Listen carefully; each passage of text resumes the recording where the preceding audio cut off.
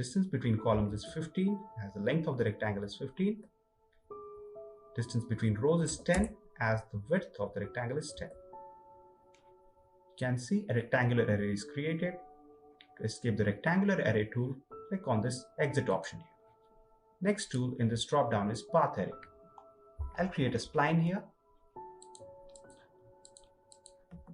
I'll create a circle here. Next, I'll choose this path array tool. You can see the command line is asking me to select objects. I'll select this circle. I'll press enter. Now I have to select the path curve. I'll select the spline. You can see this circle is arrayed along this spline. You can click on this items option to specify the number of items. You can see the command line is prompting you to specify the distance between items. The current value of distance is 7.6129. I'll make it 5. When you press enter, you can see the number of items has increased. You can also use this fill entire path option to fill entire path curve. So after creating the array, click on this close array option.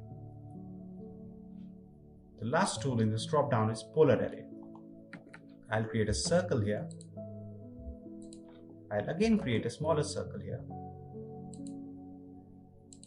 Now I want to revolve this circle along the circumference of this circle.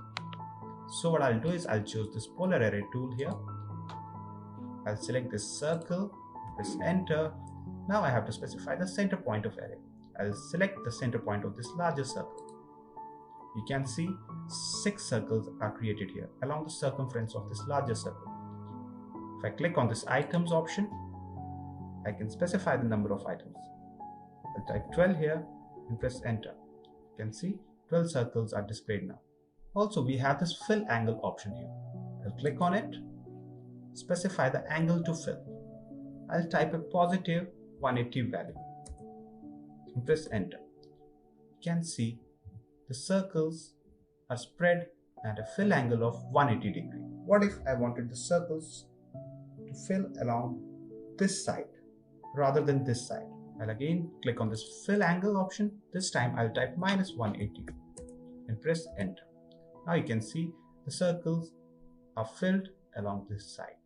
Positive fill angle value rotates the circle in anti-clockwise direction. Negative value rotates the circle along clockwise direction. I'll again hit this close array tool. So this is how we use the array tool in AutoCAD. Thank you for watching.